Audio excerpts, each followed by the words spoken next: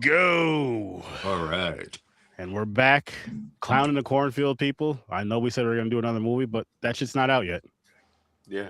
IMDb lied to me. And it lied to you. And I'm sorry. That's another lesson. Never don't believe everything you read. Yep. And or see anymore. Yeah. Sure. Yeah. Sure. Yeah. Unless you can boop, boop, touch it. Life. Then you can believe it. It's a real horror movie. If it's not tangible, you can't put it in your butt. Interesting. I guess that's It's another way like of putting it. can be. Am I wrong? Do not insert in mouth or rectum. So I'm not saying There you you go. should. I'm saying if it's not, you can't. That's all I'm saying. Okay. That's fair. I mean, if you really want to go into like imagine. Is this eligible? Well, that's tangible. So yes, you can yes. I can't believe Chris Holy somehow in shit. 2026, like the second time I saw him, invited me to tell him to shove something up his ass. Basil Rathbone was alive today, he'd star in The Invisible Butt Plug. And thus the reason invisible I keep butt plug. getting ads for HIV or PrEP.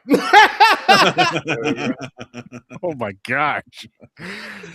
Oh my Soon. gosh. Soon. But how's everybody doing tonight on this lovely Thursday night before this fucking storm comes over the weekend, I'm all right. Oh, yeah, Saturday and Sunday? real. I can't wait.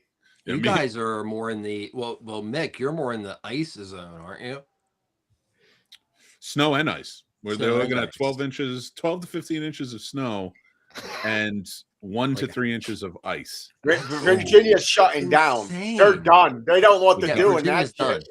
You might as well just go up to Schenectady and hang out with them. It's the same shit. There's a reason I said I don't want to move to Schenectady is because snow and ice storms. Well, Oh, there's many reasons I don't want to move to Schenectady. Bro, I went to go get some bread and milk. Bread aisle was a line to the self checkout, and there was hardly any bread on the shelf. I was like, what the fuck? You know what's weird about this shit is every single time there's a storm coming, it's the same shit all the time, and people overbuy, and then the food ends up going bad. And I'm like, And yo, if you look around and you look at the carts, I'm not judging, but I'm judging majority, like 70% of the people you see at these stores with their carts packed, they already got stockpiled from all the fucking food stamps they get. and So it everything makes no else. sense. Like, yo, You can you're can good. just say white people. Yep. No, I didn't say white people. I just anybody who's on food stamps that has a stockpile or a second freezer or a deep freezer and a second fridge. Like, Yeah, Doesn't but when I you gotta buy say $100 that, worth of groceries at a time. Must be nice. when you say that, we're all thinking of someone we know. And what color are they? Not down here. Not down here. You're not looking. I'm way more outnumbered down here in this spots than I am when I was up there. Shit. Sturdy, you cause trouble. I do. No, I'm just being honest. It gets ridiculous. I'm like, yo, how much fucking tuna fish and toilet paper do you need, Kathy? Fucking Yeah, the that's snowstorm is what gonna I be. It's gonna snow Sunday and Monday. Everything will be back to normal Tuesday, Wednesday at the latest. Whoa, Like, it's ridiculous if to there's have one 1 thing to in front of 3 you and inches of charcoal. ice, it's going to be down for a couple days potentially. But I mean, at the Yeah. same, but what I'm saying though is like when people usually grocery shop. Say if you grocery shop for like a week or two, and you did your grocery shopping, like say you do your grocery shopping on Saturdays, you can still get that same week or two. You don't have to get like the rest of the year. Like you're not gonna be on lockdown for that fucking long. You're not gonna be locked in your house for that fucking long. There are a lot of us that kind of like hunt and peck as far as like shopping. So, I mean, for me, I'm sure I could find stuff to live on for a few days. It's not a big Yeah. deal. But, you know, if you live life like that and then you hear that, you get, yeah, people like to get excited about things. So, It was you know. weird though, because magically you should have seen some of the sales. The breads that were usually $4 or $5 were $1.99. Potatoes that are usually $6 a bag were 2 for $4. Yeah, Like, because that was all that was left from 3 weeks ago. And they just shoved them on the shelves. They have a special closet for these situations. They're like, bring out the old shit. I wonder how many of we the, were about to send some of that back or throw it out, right? Just put it out. I wonder how much of the $1.99 breads have mold on them. Yeah. And mine Oh, tasted man. good. consolation prize penicillin. You got lucky. So. Chad, what's good, man? How's it going? How's it Hey, going? How's Chad. it going? What's up, Chad? Dude, all I know is fuck ICE coming in like this and causing so much fucking trouble. And I just wish we could completely be done with this and not have to worry about all this bullshit ICE that's coming our way and fucking with things and potentially trying to throw its way. I mean, trying to really make things slick and scary. So fuck that ICE, man. Just seriously. Watch out for that black ice, I too, agree. God, abolish ICE, dude. Abolish 30 this minutes ICE away coming from in me, here. there is a detention center being opened. Wait, what? There's a detention center for ICE being opened 30 miles away from me in Hagerstown. Wow. I can always appreciate when sharing information like that. I can never appreciate when you stamp on my hilarious jokes.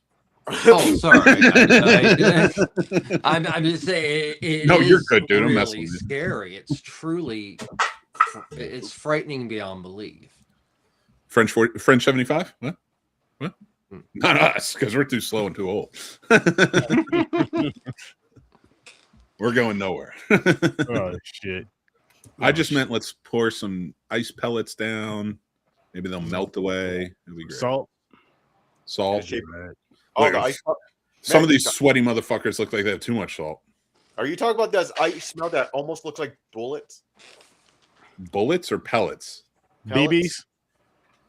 Or bullets? No, bullets don't look like pellets. Nestle? Have you seen a bullet? Rocks. I mean, I've seen and many your other John Wick option is a movies, and none of them musket have ball, and I haven't pellets. seen many with muskets. So. Oh my god, this is ridiculous. That would be really surreal. But I'm gonna tell you guys right now. You guys are the clowns right now in the cornfield. You know, I can live with that. I can live with that today. Clown in a cornfield. Not a bad movie. I will say not Oh, that. a bad movie. It was entertaining. Let's kick it off with our ratings. James, what do you got for us? I thought it was better than I thought it was going to be. So it's 7. I'm going to give this one a 7. Mick? I really like this one, and rewatching it, I enjoyed it. There's some things I missed in it. It's nothing to write home about. I think I'll give this one a 6.5. Trevor? I'm gonna have to go with Mick, 6.5. I was pleasantly surprised by the film. After learning that it was an Eli Craig production, he did Zombieland, also Tuck and Dale versus Evil. The good elements of this film really started making sense. And you know, it does. It literally delivers itself as if you like me, I went in, I saw the poster, and the first thing I thought was Tubi dredge the worst freaking clown exploitation shit ever. And I'm really pleasantly surprised by a very well-written script, legendary like TV and supporting actors, literally supporting a new generation of like TV and small production actors to actually have a legitimate ensemble cast that, well, fucking works well, and a twist that honestly is pretty damn awesome. I didn't know. Also, I didn't know Elon Musk was in this movie. no. Well, the other really cool thing is it touches upon analog horror, and I think it does a really good job of also touching upon how this almost cultish-esque criminal element have created their own lore in themselves in a like traditional way, but they decide that the next group of people who need to be abolished are creating analog horror. And I liked that in it because there were a lot of times in the film that I was expecting it to go in a cliched way, and it didn't. It didn't at all. So yeah, I give it a really solid 6.5. And I, you know, if you don't have anything to do, this is an hour and a half that you will not regret using. How about you, gamer? I'm right there with the last couple guys. 6.5. Decent time. Has a few shortcomings. Nothing too crazy, but by the end of it, I was even chuckling at some of the things. Mhm. And by the end of it, I'm not gonna lie, like when the kid's hanging or whatnot and has his little monologue there, his dad, I was kind of like, "You go, boy." You said what you had to say. Oh, No. that was. I loved that. The thing is, you knew it was going to happen, and this thing, Eli did a great job of doing it and not having it seem exploitive. Yeah. And it was really just adorable. Like, he survived, he saves him finally because of this, intense, epic moment. It's just like, oh, fuck it, all masks down. And that was really sweet, and it wasn't exploitive in my mind. And that's why, that's some of the things you can say about, one of the great things about Tuck and Dale. It's unexpected, it's not offensive. And Zombieland, the same thing. It's not offensive, but it's funny as hell. And so Eli Craig is a damn good filmmaker. And yeah, this is solid. I'd argue that other one we were talking about earlier, Little Evil. I haven't seen that one, so I don't want to. No, but I think because you like these and because they are like pleasant to watch, a pleasant experience in horror. Like, I think you will. Like, I think like if this is the theme that you're feeling from it, like I can tell you, like I would call that a 6.5 too. Like, that is a good solid movie that I think horror fans will really enjoy. And cinephile brain rot, as I like to call it. I don't honestly. I mean, I love it. It's great. If you want to be completely honest, just to kind of compare this movie to another Cornfield, I think this is better than a Children of the Corn movie. Oh yeah, I do too. Yeah. But a lot of people hold that up to like this esteem because of Stephen King. But like I never really understood it. I was like, it's fun, it's fine, it's got some creepiness to it, and I like the characters. It's not the book or the story, and it's not going to. And this movie like brings more movie to it. I'm not going to defend this like it's the greatest movie ever, but in horror movies, especially within the last 5 years since COVID, we are starting to see it get better and better, but it has been some largely missteps, in my opinion. There's some gold too, but largely missteps. Yeah. And this one at a 6.5 for me is like, this is a solid movie. Like, I mean, I can think of beloved horror movies by all of us that are way worse than this movie. Yeah. So I mean, I don't think it's just easily digestible. I think he puts together really well-crafted horror comedies. And my only thing with him is these comedies, like if they were directed by Edgar Wright, you'd be like, these are phenomenal. But he's just not on that level. So like these are just solid, above average, solid movies in my opinion. I gave this one a 7. This is my second time watching. I actually like it better this time than I did the first time I watched it. I watched it last year in theaters, and I agree with everything you guys are saying. It's a solid movie. It's a fun watch. It's very, very, very digestible. And honestly, I'm hoping they make because there's, as we were talking earlier, I think pre-show, there's novels. There's 3 novels of it, and I would love to see them do 2 more movies based off those novels. Yeah, he's not gonna read them. Come on. Well, no, actually, I did download them on my Spotify, so I'm not going to read them. I'm going to listen to them. You're right. But the author was actually working with the people that made this film. I don't remember. I can't think of his name. I can look it up though. But yeah, it was because I was reading that earlier, and he was in close connection as they were doing this film. So I'm like, if that's how they're going to do it, do the next 2 and keep it that same. Adam Cesare. Wait, so there's going to be 2 more of these? I hope so. There could be. 2 more This books. was an indie movie. It did well at South by Southwest though, and usually it was $1 million budget, made $13 million. That's a win. That's not bad at all. That's amazing. That's Well, a there's nice something else about this film that I really liked, and I usually, you see it in so many movies and everything, and it's not really that believable. But Katie Douglas played. I mean, my daughter's 16. she plays that age great. Hmm. How old is She she? was Oh, she's she was a 27. standout actor in the film, and that's the thing that you've got. Okay, so the doctor is Aaron Abrams, and Aaron Abrams has been on like every freaking television show ever. Like you probably see him on CSI, and then Arthur Hill is played by Kevin Durand, who's been in 130 films.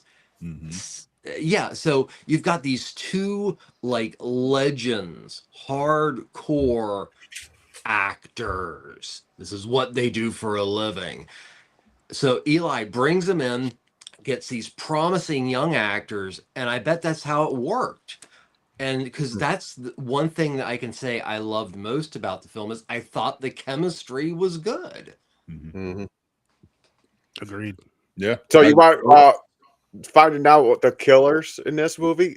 I guessed it right in the beginning from the help of it. I do So want to they just start- say before we get to start- any more they start- spoilers, I Yep. know this is a spoiler show, but remember, like, this is last year's movie. Guys, we're probably going to get into spoiler territory. So if you haven't seen it and you don't want to know, you probably don't want to stay for this. Yeah. Sorry, I just wanted to give the disclaimer while we're here. Yeah, Oh, there yeah. you go.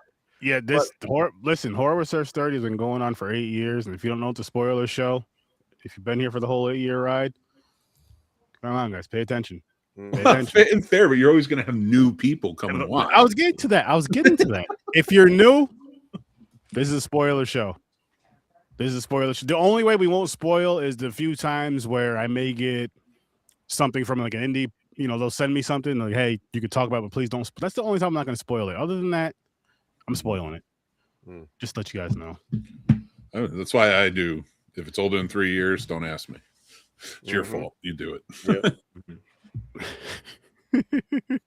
But go ahead, James. What were you saying about it? Well, I was saying about because I watched it, Welcome to Derry recently, and you know how the town acts in that. Soon as I see what all these older people had, like every one of them was like a little off. I was like, I know. Okay, I got it. It's the town. I was like, I got it.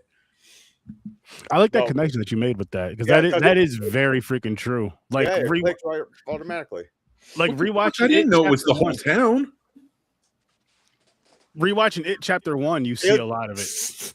You see a lot of certain things that you may have missed just like watching it the first time. Like watching it again, you see a lot of things where people are just kind of looking the other way, the red balloons and all that shit in random spots. I'm like, oh, okay.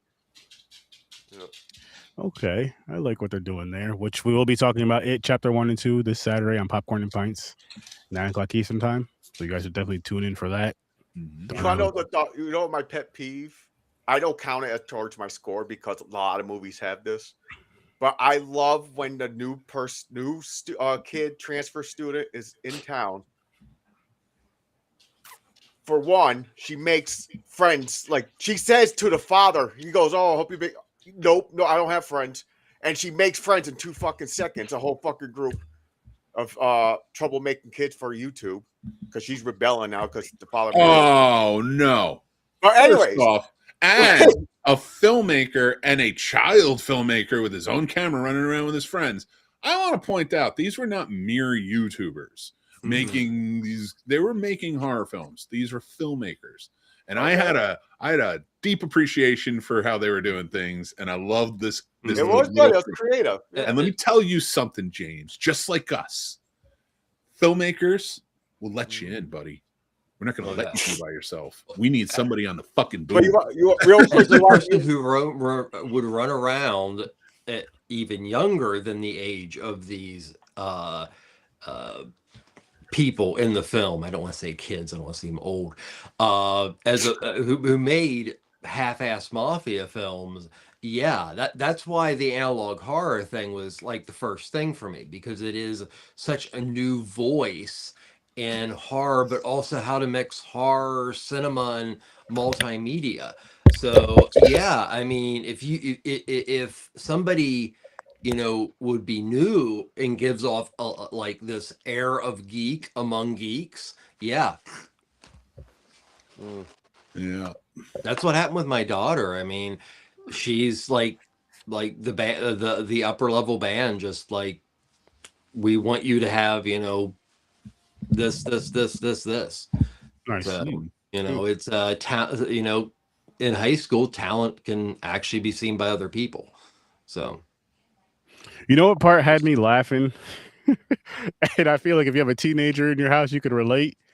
Is when the father goes upstairs, not even saying your kid's sneaking out, but just teenagers being teenagers. He slammed the door. He's like, fucking teenager. Yeah.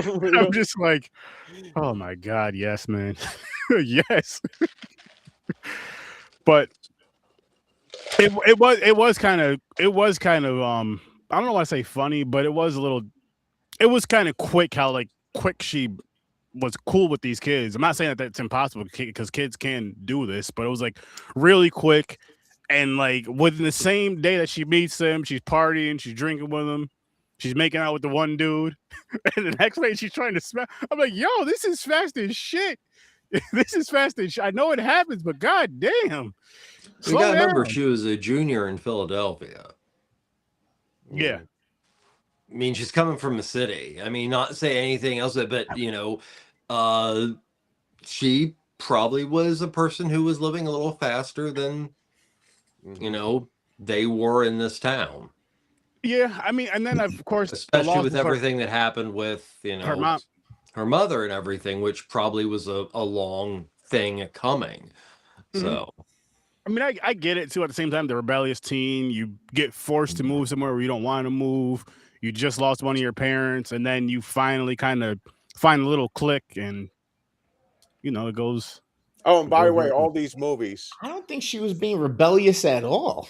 No, you gotta. I mean, as far as like you don't hang out with those people, then you're curious. Oh yeah, that's the first thing you're gonna do. As soon as your parents say, "I don't want you hanging out with this group of kids," oh, okay, mom. As soon as she leaves, where are you going? Well, up until that point, she had 2 examples of people in the town, right? The homeboy that showed up on her door out of fucking nowhere, and then the other kids that she just interacted with in the class. You know what I mean? Can we talk about that really quick though? Because I'm telling you right now, if this random kid just knocks on my door, there's no way in hell that walk my daughter to school. Hey, who the fuck is this dude? Well, that part, yeah, but I'm saying it was a polite thing to do. I was like, what the fuck? Why was he stalking her already? But he was just introducing himself, and he just warned her. He said, "Hey, stay away from. There's some kids are weird. Stay away from them." I mean, I'd argue with all of your logic on how they handled this movie, especially after the fact we spent the wheel on fucking 80s movies starring the Brat Pack, and how ludicrous every interaction that every single one of them has with anybody is at any time. Well, everybody on that movie, including the writers and directors, were on cocaine, so we understand why that went the way it did. That's not fair. Yeah. That was a bunch of drugs. Let's do a movie. Let's write something. That's what these kids were doing. That's when the NLS were great. Oh man. But another thing in the movies that's made me laugh, because it happens in a lot of movies. So it's a movie about. So they made it seem like these kids are fucking making videos for years. Soon as the transfer student comes, everybody dies. The murders start happening. Like, the fuck? You just brought bad luck to the town. Just before that, the fucking factory, which everybody worked at, burnt down. So now economic crisis. And then on top of it, then the brother's sister dies. That then makes the dad, who's already in financial hardship and turmoil, make choices and all this. I will say, it's been a while since I actually watched a slasher movie where there's a reason. I'm not saying it's justifiable. I'm just saying there was a reason. That's true. It's been a while. Everything else is usually just cuz. Even though he's the one that burnt the factory down. Yeah, but he didn't. Right. The father. And by the way, doesn't he look like Elon Musk? Yes. Or at least act like him. I thought we got it the first time. We knew who you meant. Oh, okay. I could see the resemblance. I could see the resemblance with him. I was like, yeah. And his son looked like Sean from fucking Boy Meets World. I'm surprised he didn't do this throughout the whole fucking movie, flicking his fucking hair and wearing a leather jacket. You got parents. I don't. It was like that was every episode of the show. Yep. Yeah. What's up, Jason? What's good, Jason? What up? But what was I gonna say? What were some of your guys' favorite kills? So I liked when the boar came down and smashed the head against the barn door, the wall. I thought that was pretty cool. The dude that worked in the shop. Yeah, I was like, yo. The cattle pry towards the end on the sheriff. Down the throat. Funny. Yeah, that was funny. I was slightly confused that when she punches it, when she's driving the Volkswagen Beetle and she punches it, I was confused as to what the fuck happened. I was like, this nigga just exploded into blood on the fucking windshield. Yeah, my girl was like, no, he had the saw. And when she hit him, it came down, split him in half, and that's what I was like, yo, you caught that? Yeah, I did catch that. I just thought he exploded and disappeared. So did I. I was like, what the fuck just happened? There was no body parts or anything. It was just blood. It became goo. There was one. I know a Volkswagen Beetle isn't hitting 88 miles an hour. Clearly, you could stretch that and say it's a homage to RoboCop. I like the It was more of a funny kill to me when Well, they step out and there is a branded little bug Jeep for everything. I mean, which I thought was really cute when it gets to the point where they're gay, and it just literally tells you if you're not laughing your ass off, you don't get it. Yeah. I thought it was cute and funny because the car like that being there, that truly makes no sense. Yeah. I love the callback to the whole stick shift thing. First with the father, and then when he buys her the car, and then she goes to get away when the kids are getting chased. Fuck! When your dad wants to teach you how to drive stick, you say yes. Let him teach. Let him teach. Yep, she learned her lesson. Yep. She learned her lesson with that shit. But when and then they thinking it's all good. Oh, no, honey, calm down. The dad takes a moment to give the teaching opportunity right before she commits murder with vehicular manslaughter. No, she becomes a badass. She has to though. She freaking has to. She said, "I'm sorry" when she because the guy was going to attack her. And she needed that fucking hay fork thing, whatever the hell the thing. The pitchfork. Oh, bro, that's the scene. That was actually a really funny scene. And he goes, "Me too." Yeah, that scene right there was. She gets stabbed up into the light, gets electrocuted, dropped down to the ground. Yeah, they both say I was like, yeah, that scene right there was good. It was funny. It was kind of a cool kill too. It was good kill. But it was funny. It was funny, and then, oh man, this had a little bit of everything. They had chainsaws in this shit. They had fucking pipes. They had cattle progs. There's like fucking like the whole town. It was like 50 fucking clowns. It was like it was like raid. They said they got to fight for life to get out of there. They had a fucking explosion. They had an explosion. Rusty fucking blew up a fucking tractor, which was pretty cool.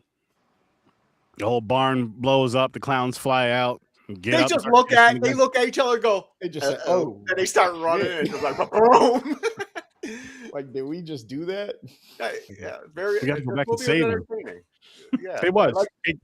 This movie did exactly what it was supposed to do, and I feel, as we all have said, it was better than I thought it was going to be. And again, I like it more than I did the first time I seen it. Quite a bit more, honestly. I should have known it's from Shudder. Shudder is pretty good. I'm going to argue, not really argue, but like maybe kind of elaborate. What am I trying to say? I think I'm going to add to what you're saying. This movie isn't it's what it promised to be. You know, like it just says clown in a cornfield. We all went to go see it because it was a clown in a fucking cornfield. And that's all we were sold on. And I'm sure people went to go see it because of the books, but I'm saying we all saw it because it just says clown in a cornfield. And it fucking delivers. No, I agree with that. But I remember walking out the theater a little disappointed when I went to go see it. I was just like my wife enjoyed it more than I did when we left the theater, and I'm just like, I was like, it wasn't bad, but it was just something. But then again, coming back and watching it again, I got a whole another feel for it. Maybe you're just having a bad day. More schmegma. I'm having a bad day. When the movie first started and the credit scenes rolled down and you got the whole fucking scene going on or whatever, I literally walked away from the TV going, fucking clown in a cornfield. They're literally funding anything. Now you like it. And and then 20 minutes later, I was like, And I was I like, hey, think babe, this- just to forewarn you, it's a horror movie and there's clown in it. Yeah, I just got so I sold on just the word clown porn. Well, one thing, the sad thing is, unless I had to watch it, the fact that it said clown, cornfield, it looked like it was, I mean, the poster is AI generated. I would never have watched this. So thank you for putting it on the wheel, because it was an hour and a half that I thoroughly enjoyed of my life. And honestly, I think more horror fans need to embrace movies like this, these indie movies that are very mid-level, sort of look studio produced. And they are actually, more studios are looking to make more in the $1 million budget range. Because they see there's a vast amount of indie filmmakers out there making movies and have their own properties. But like something like this, it kind of and the horror community can irk me in that way, because like it wasn't accepted. We're always hearing about how horror is just not like, we have like sinners, but we have weapons. But then it's like, usually people are just down on horror. They're looking for something to be enraged about or something annoyed about and just a bitch about, because it's not from the fucking 80s, whatever. Arguably the worst decade for movies ever, in my opinion. But I didn't say the worst movies, just the worst decade for movies, with all spectacle, pomp, and circumstance. But something like this coming out, and the fact that we have so much of the horror community not supporting this, especially since it's based on horror books, so you have a horror property there. It's a horror independent film that is giving good actors a chance to shine in it. This is literally what built the 80s. Stop worrying about weapons. Stop worrying, and like, go see them, support them. Nothing wrong with that. But you should, if you're horror fans, you need to be out there every week when this shit comes out. If I had picked this up at a rental store, I would have like automatically called somebody and said, hey, you got to see this. Yeah. One of my handful of friends. Yeah. So, I mean, that was another thing that was really, really cool about this film, is it felt fresh. Yeah, with the change of streaming and all that stuff, without the digital media, we can actually get a round 2 of that whole era where once VHS came out in mass production and all that and shit, people were just buying licenses and just putting them on tapes and getting them out to market. But there's we something can do about that now with better quality stuff, because we're also 30 years ahead now. You know what I mean? What I'm going with it is, like, we literally went and we saw, oh, this cover looks interesting. Like, even back then, we would have seen a cover like that and going, oh, this is probably a piece of shit. Do we like that's but that's what we're going to end up getting, Nick, with with all of them depicting the smaller dollar projects and stuff like that. It's kind of almost the same thing, like when the mass production of VHS, they were literally just putting whatever they could on VHS and just pumping the market. I'm going to argue and push back a little bit on that, Trevor, because like the fans knew what to go see. Yes, we would go to the video store and pick out based on this. Yeah, but we had a working knowledge. Well, no, I meant through the idea of movie cover? That's how we found those gems and such. Gotcha. You know as well as I do, Trevor, from back in the 80s, 90s, we had our finger to the pulse if you were a movie fan. Oh yeah. And you were able to figure out with the things that are really going, what to look for in a video store. Like Layman's, Fangoria was a Bible, Famous Monsters was a Bible, etc., etc. Now, what I was saying about this was this film gave me the feeling of going to a video store, picking something up random because there was nothing else there in the horror section, getting home and getting to the end of it and going, well, shit, that was so good. If this came out in the 80s, if this movie came out in the 80s, it would have been, we would be talking about it when this. Oh yeah. Like people would be like, this would be talking about like Halloween, Friday the 13th. Yep. Not because it did anything to blow everybody away, but neither did those movies. They were just new for that moment, and it worked. And this would have been one that really, even before it like had it come out, like it was going to blow people away because the concept is very fresh. I got to give it to the writer of these books. Yeah. I think it came out at the right time too, especially with like Welcome to Derry coming out this year or the end of last year or whatever. But kind of coming out around that time where it's getting people more into the horror clown stuff, and you see this, and then. Well, the thing is, everybody's jumping on the bandwagon of fucking Terrifier, Art the Clown. So now there's more, and Pennywise, it's like flooding. Now everybody's like, I can do a clown movie. Well, there's so many clown movies. There's a lot of mad people's biggest fears. That's the only reason why it's even a thing. It is a big phobia. Like, there is a lot of clown movies. Makes fun of clown movies. There is a lot of Wayne Casey. Not all of them are that. Not all of them are that great. Not all of them are even as decent as this one is. So a lot of them are just fucking. Yeah. Terrible. Well, I mean, this is it's the filmmaker. Go back to Tuck and Dale. This is a movie that is making fun of clown movies. I even love the clown. It does self-referential so much better because it's not just making fun of the clown movie; it's actually making it good. Yeah, yeah. But this, so to add to that too, this being an independent film, and for $1 million budget. And comparing it to Zombieland, which big time production. Yep. Tucker and Dale, which was also more indie based. Like it had backing, but it was more indie based. And goddamn, that movie is cinematic as hell. Like he shot the shit out of the movie. Zombieland, he shot the shit out of that movie. Little Devils, Netflix's money, shot the shit out of that movie. This movie, to your point, Chris, you said earlier, is like almost like a step down in the way it looks, and that's why I want to give it so much credit for it still fucking works and it looks good. Like he's not working with the equipment he had. For him, this is a very claustrophobic film. Yeah, he's got big scope, and this works. And again, I don't want to praise it. I give it a 6.5, but I do think it's a good horror film. That, I'm going to bump it up to a 7. There you go. I'm going to do the same, actually. There we go. I think this is a solid film that deserves to be remembered in the horror community. Yep. It does. And it's something that, I don't know how often I would watch it.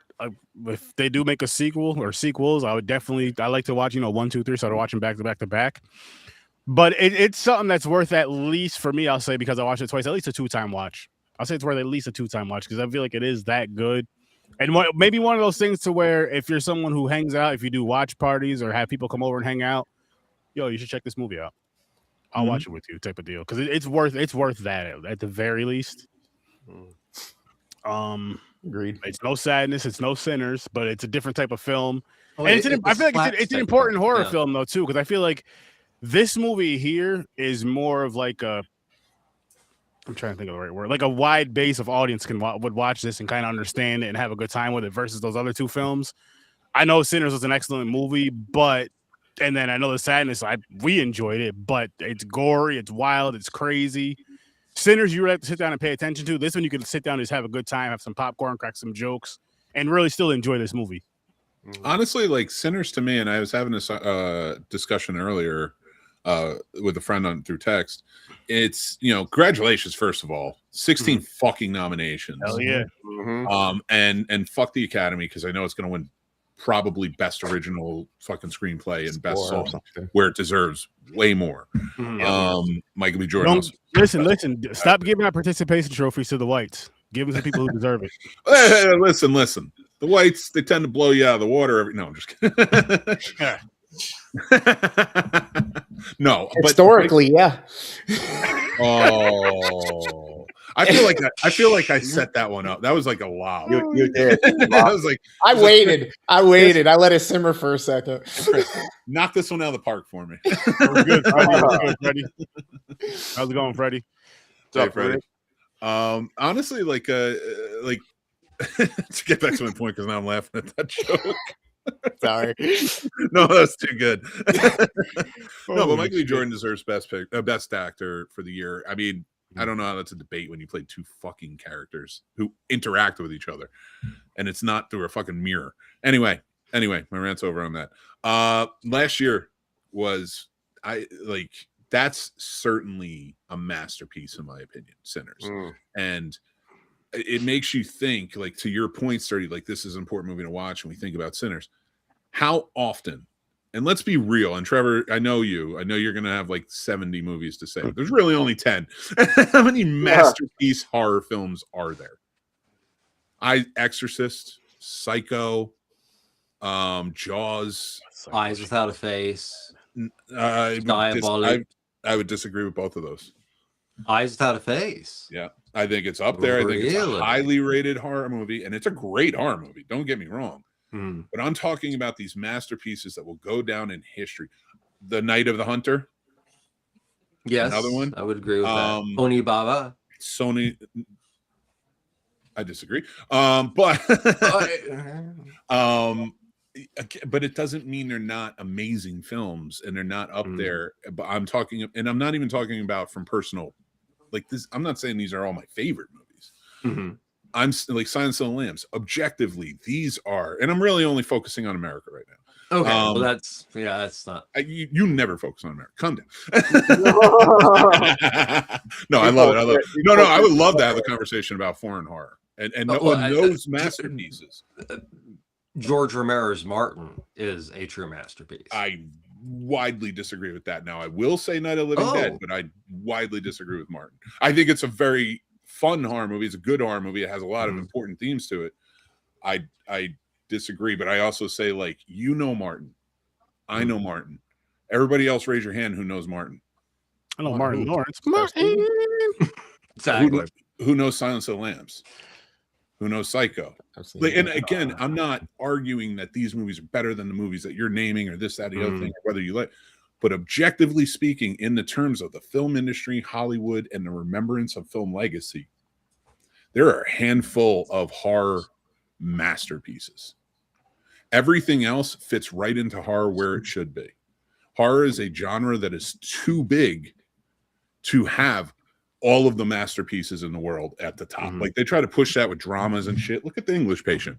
It's considered one of the greatest dramas of all time. That movie is bullshit. Hang on. Who said that though? The Academy. The industry itself. Fuck the Academy and fuck the industry. You guys are fucking wrong. You guys didn't even watch that movie. What happened was somebody paid you. You got your dick sucked. Oh, this is a great movie. That movie fucking sucks. Yeah, it's boring. terrible. Fucking boring. So like, but with the masterpiece side of it, like, I would put Sinners up there with that. Oh yeah. And that's what's going to go down as being remembered. And they're the ones that really are nominated, not just the Academy. We talk about just the Academy, but all the award shows. They're the ones that are always going to be pumped out. And the thing I love about horror that is up there is they're all good. I brought up The English Patient with dramas. Fucking dog shit. I hate Driving Miss Daisy. I fucking hate Driving Miss Daisy. Yeah. And the fact that it won and Do the Right Thing wasn't even fucking nominated. Whatever. That's an old argument. But yeah, I hate that movie. And that's considered one of the greatest dramas of all time. You cannot do that with horror. You cannot. Horror fans can be assholes and just be like, wow, this is the greatest fucking Nightmare on Elm Street 5. Like, come on. Like, you're fucking retarded. Like, shut up. Like, I'm sorry, but it is. That's what I hear all day long. You need to check this out because everybody's chasing the next thing. And by the way, that word no longer means mentally challenged or anything. It means MAGA. So I just that's what that word is for now. It's a representation of them. So regardless, I don't know, cancel me. I don't give a shit. However you're looking at it, name a bad horror movie that's held up high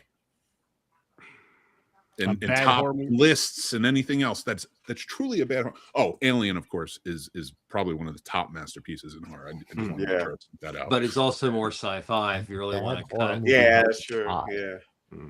I again widely disagree with that. I would say that about the sequels.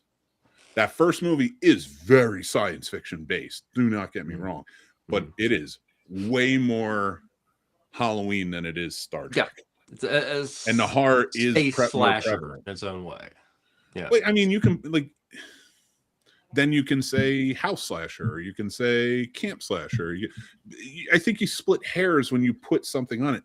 Just because it's in science fiction realm doesn't mean it is fitting the science fiction tropes. It fits more horror tropes than it fits science fiction. And again, I'm not arguing that's not science fiction, but I would argue that it's more of a masterpiece of horror than it is just a masterpiece of science fiction. I see what you're saying with that. So, that is it. I'm just arguing for the horror side of it, not that you're wrong or that it's not science fiction. In no way, shape, or form. I'm just arguing for we remember Alien, not for science fiction, but we remember Aliens, and it ain't for horror. So, somebody wake kicks the fuck up. Oh man. Oh man.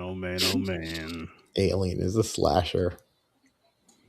Kind of. It is, yes. Well, Honestly, I would say if Alien you're Alien looking is at the idea of the kill chart, like how many people you're going to kill, that if you say the xenomorph happens to be the equivalent of Michael Myers.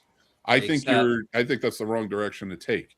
This isn't a slasher. This is Norman Bates. This is your perverted creep hiding in the fucking shadows, watching you as you're showering and then coming out and killing you. And you have no idea what the fuck's going on. It's more Norman Bates than it is. Well, it's close to Michael Myers because he's based on Norman Bates. But like, I would say it's more in tune with a Psycho in terms of its story than it is a Halloween. If you disagree, please tell me. I'd love to have the argument. I think it's just nature. He's a creature from another planet. They have an agenda for survival, and they just. What you're sharing is the fact that Ridley Scott was at basically his prime at that time, and he was and still is to an extent one of our smartest filmmakers, and also always has done a very good job of mixing genres into creating something that is distinctly Ridley Scott. So yeah, it is Alien is a masterpiece of horror and science fiction. I agree with you, Mick, that we remember it most for the shocks, because the shocks in that film are some of the best jump shocks in any film ever. Well, okay, but let me ask you this, and in terms of comparing this to horror versus sci-fi, and just discussing that a little bit more because I'm thinking about it. Like, to me, Jaws is more of a horror sci-fi movie than this.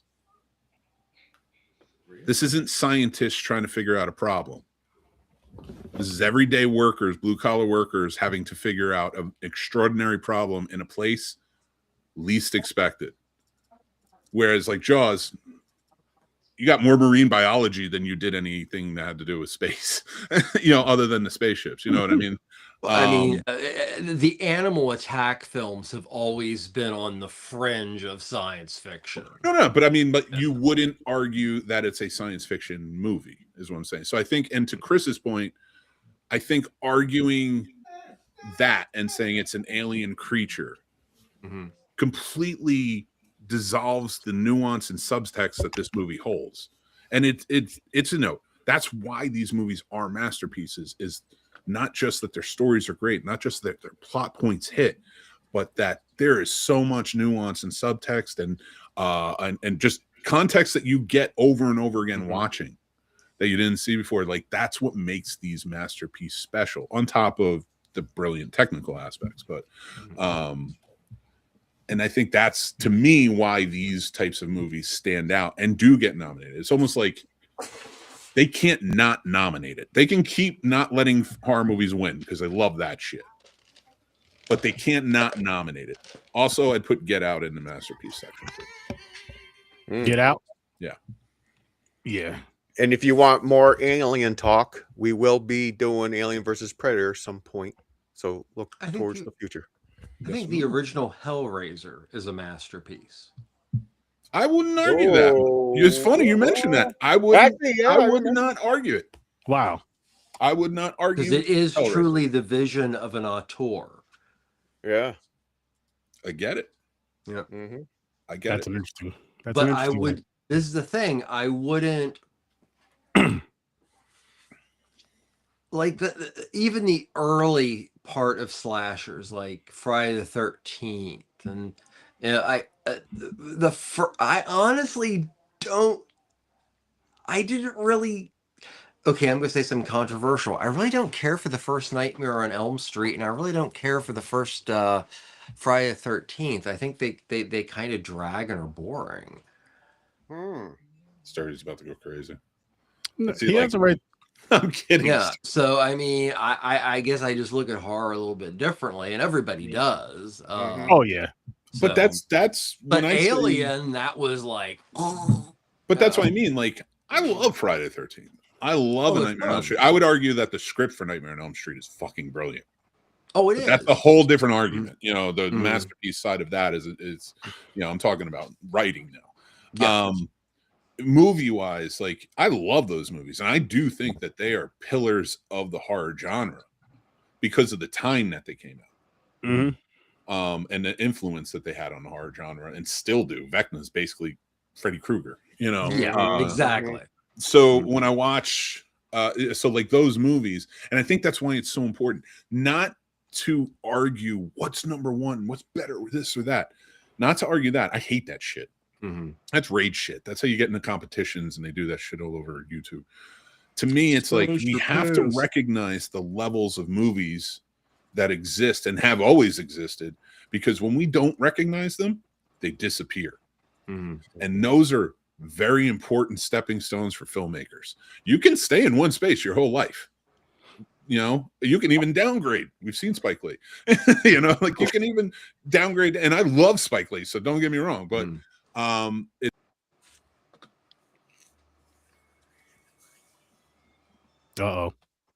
think he froze. He glitched. Or he froze, or he's having a stroke. He glitched. We glitched. He's off. Okay, you guys caught us. There's no such thing as a Mick. He's an AI. Just a program. It's just a program. It froze. My bad. I spilled soda on it. My bad. I spilled soda on it. My bad. Oh shit. There he goes. Oh, there he is. Nope. How many of you said thank God? Peekaboo. How many of you said thank God? I said you are AI. So there's no such thing as Mickey's AI. There's no such thing as AI. Oh, you guys didn't go away. I heard everything you were saying, and then all I heard was, I froze again, and I'm like, fuck.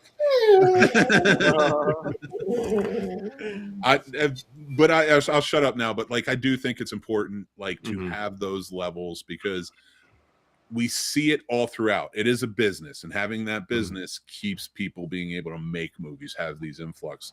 And that's, like, in my opinion, the only good thing about the 80s. It really kind of set those bars. It was there before, but it opened it up because more directors had a chance to build themselves up and stuff like that. So yeah, I love it. Like, I love, so I think it's important to have those in all movies. Oh, I agree. And appreciate the filmmakers who are doing them. Oh, what are we going to get next week, fellow? Let's see. Uh-oh. Dun, dun, dun, dun, dun, dun, dun, dun. I'm going to take the next week off. I got to give Trevor a break. Dun. I'm here. I am. I know what I am. Tall? Old? I'm a tall pain in the ass. A tall pain in the ass. True story. Oh, man. Are we going? I'm proud of it. I know what I am. We got some new movies on here. Dust Bunny, nice. They're all 2025. Well, newer. Yeah. Uh-oh. Oh, I didn't see Oh, I this told yet. you guys about this shit. Ah! Yo, I'm gonna argue this right now. This was nominated, but I think this is a bullshit one. I don't think this is a masterpiece.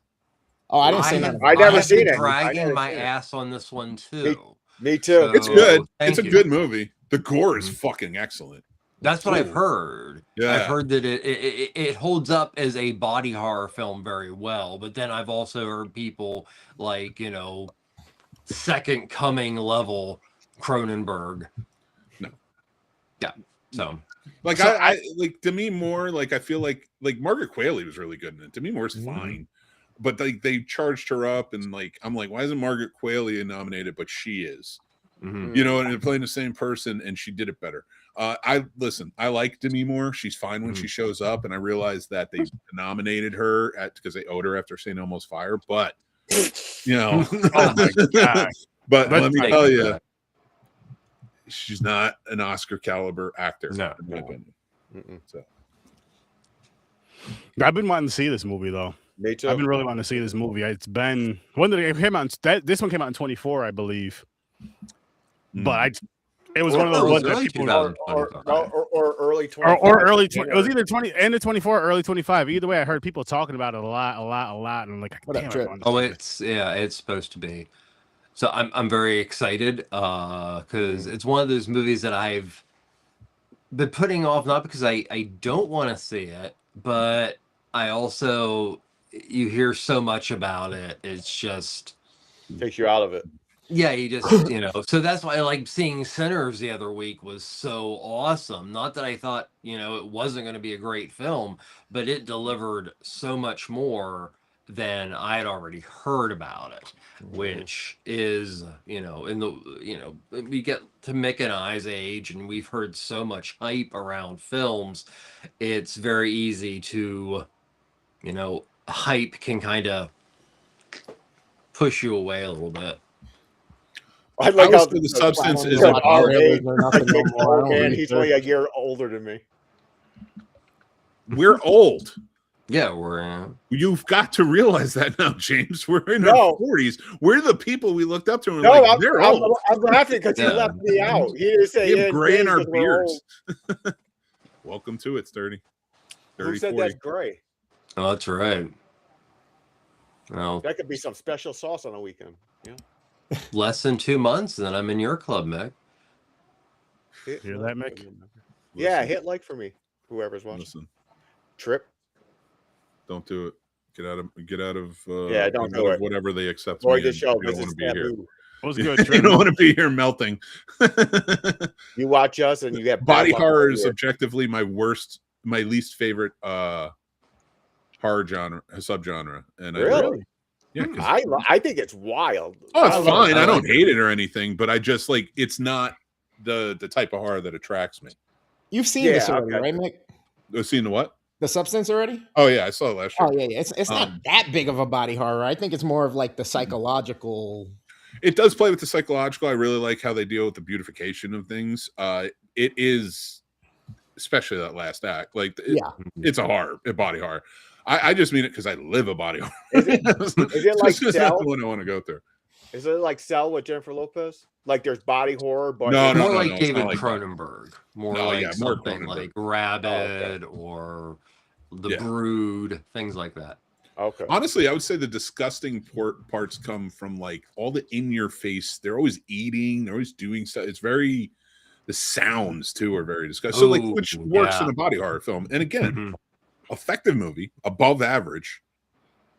I don't maybe Demi Moore wins a People's Choice Award, but the Oscars, where are we at here? Come on, guys.